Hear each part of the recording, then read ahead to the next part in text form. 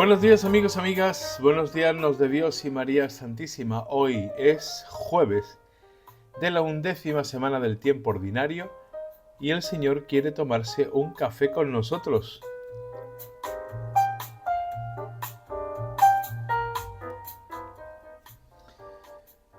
Muchas revoluciones ha habido a lo largo de la historia.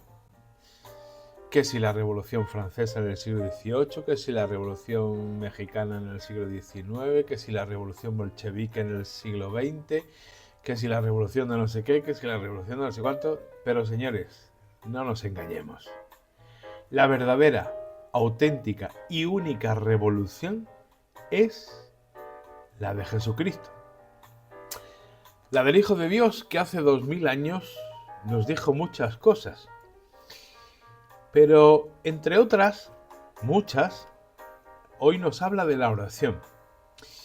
Y cuando nos habla de la oración, Jesús nos dice, oye, mira, que no seáis como los paganos o como los fariseos, o como la gente que dicen que son, que empiezan a hablar y hablar y hablar y hablar y a calentarle la cabeza a Dios de tal manera que Dios termina por no escuchar.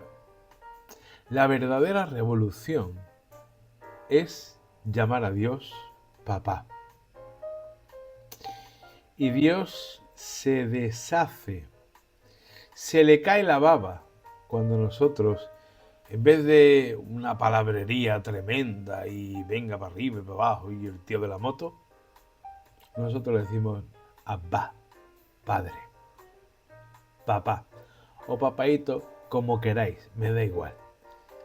La cuestión es que Jesús nos enseña que Dios no es eso que a veces pensamos, o no es quien nosotros a veces pensamos.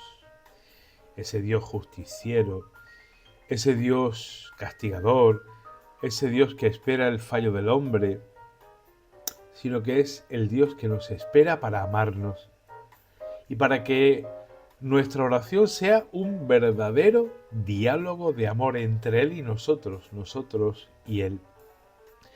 Por eso le dice a sus discípulos, oye, mira, cuando recéis, decid, Padre nuestro, que estás en el cielo. Padre, esa es la gran revolución del mensaje cristiano, del mensaje de Jesucristo, que podemos llamar a Dios Padre, que podemos relacionarnos con Dios como un padre con un hijo y un hijo con un padre. Lógicamente no al estilo humano, porque hay padres malos e hijos malos. El Padre bueno, que nos busca, que nos quiere, que nos ama, que nos precede, que nos acompaña, que está con nosotros, que no nos deja, que llora cuando no estamos con Él, porque nos hemos perdido. A ese Dios podemos llamarle Padre.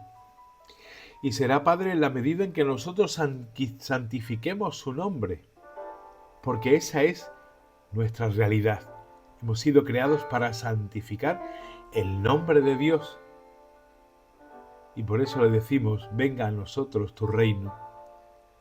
Porque el reino de Dios es la gran vocación del ser humano. Estamos llamados a vivir el reino de Dios en nuestra vida. Ese reino de Dios que nos viene en la medida en que nosotros somos capaces de cumplir su voluntad. Y cuando el hombre cumple la voluntad de Dios, viene la plenitud de vida. Nos da una felicidad infinita, porque descubrimos un amor enorme, que no podemos ni imaginar siquiera. Eso significa que cuando la voluntad de Dios se realiza en el hombre, dejan de haber todas esas calamidades que tenemos, como la pobreza. Danos hoy nuestro pan de cada día, porque fluye, porque descubrimos que el ser humano no está hecho para que haya distinciones entre ricos y pobres, entre gente que engordamos constantemente porque nos hinchamos de comer, mientras otros mueren de hambre. Danos hoy nuestro pan de cada día. El reino de Dios se concreta en el perdón y en la misericordia. Digamos que es lo único que sabe hacer Dios con nosotros, tener misericordia y tener amor. Y por eso nos perdona. Y por eso le pedimos el perdón. pero cuando ya nosotros hemos perdonado a aquellos que nos ofenden. Es la condición, y lo va a decir Jesús al final del Evangelio: si no perdonáis de corazón a los que os ofenden, tampoco Dios os va a perdonar. Si nosotros le pedimos el perdón a Dios por nuestros pecados, por nuestras miserias, por nuestras infidelidades, es porque ya nosotros hemos perdonado. ¿Cómo andamos de esto? ¿Perdonamos o no perdonamos?